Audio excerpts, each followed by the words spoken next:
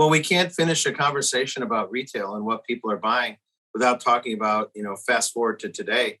We're experiencing some of the worst inflation in American history, and it seems to be actually getting a little bit worse right now. Today, just after before we spoke, the Fed raised the federal funds rate is the rate that they raised, 50 basis points. So they're moving fast now to try and bring inflation down. How has that affected retail? And has it much, or is it more limited? It's been a huge impact. You look at supply chain, that's been a challenge. Right now on the shopping center that we're building just to deliver product, service entry sections, which is like where the power comes into the buildings, HVAC units, they're talking 20 weeks, 30 weeks. This stuff used to just be available. Cement. You're on allocation of cement right now because a huge powder plant, they only have a couple of them that supply most of the country. One of them shut down for maintenance right now. And so you can't get the stuff that makes concrete. That's a problem.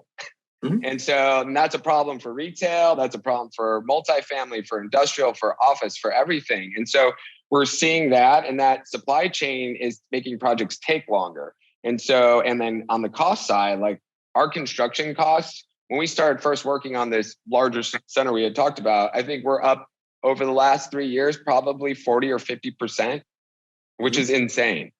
I mean, That's tens of millions of dollars that we've gone up. And the challenge is like you're booking these rents and signing leases a year ago, and now your costs went up 30%.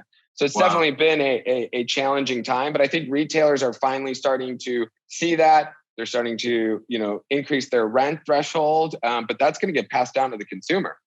Sure. Yeah. Interesting.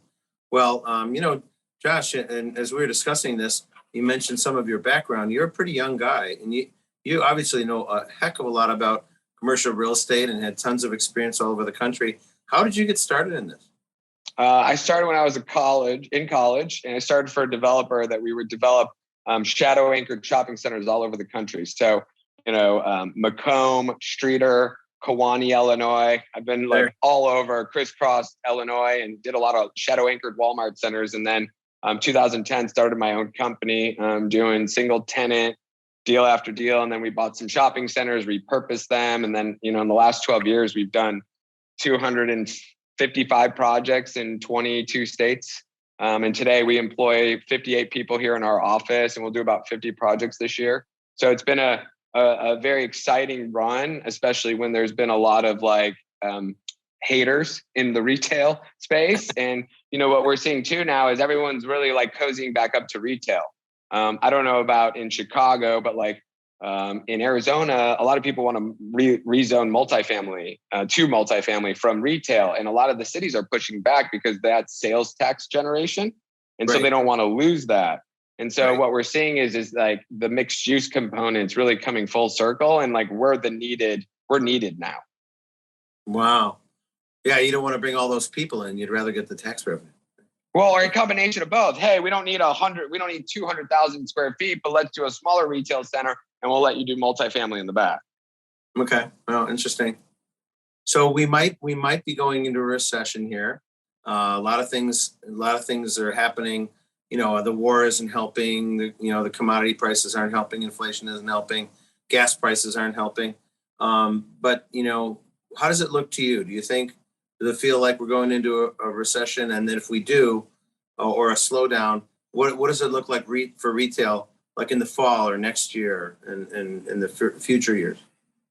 Well, I grew up, my first real, I was in high school during 2001. So that tells you how old I am. But my first real recession was 2008. So as long as that doesn't happen, so I don't know what a soft, I only know what a crash nosedive, right? So I'm always scared, and I'm just naturally conservative because of that. And you're a product of your environment. And so for us, we look to, hey, how do we stay, liquid? How do we continue to turn product? And I think for us, it's hey, how do we make smart deals?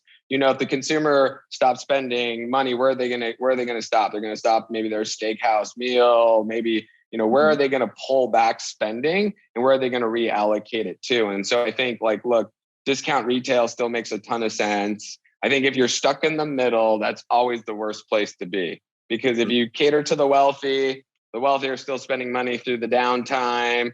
And if you cater to middle class, lower income, like they're going to pinch pennies. They're going to save their money. And so I think for us though too is also where are you putting your money? Even a recession doesn't necessarily mean growth stopping. Like you look at Phoenix, Texas, Florida, people are still moving here. And even if people are slowing down their spending and you have an influx of people, those retailers will do naturally better because there'll be more growth. And then also you have, like, when we sign a lease, you might not be delivering for 2 to 3 years. And so I think really our biggest concern is how do we keep construction costs under control? Yeah. Wow. Yeah, that's got to be a big issue here, and a bit of a wild card. We don't know how that's all going to work out, but you'll have to figure out how to manage that one, I'm sure, Josh. Right? Interesting. So, what are some of the coolest new concepts in retail?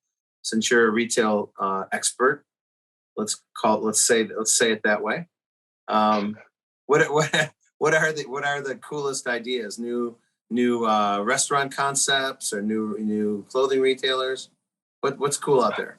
Well, I think one concept that was online only that now is like opening a ton of locations is Viore. I'm actually wearing a Viore shirt. I think that's great. That's commercial for them. Maybe I'll get some free product because of it. But I think they do a really good job, and they're opening a bunch of stores. I also really like the entertainment uses that kind of like bring in different uses like theater, bowling, and arcade, right? And during COVID, if you had the other two, which arcade and bowling did fine because you can see people and people weren't as afraid to go out, where the theater, you didn't have product and people didn't want to sit in a dark room next to somebody for hours. Okay.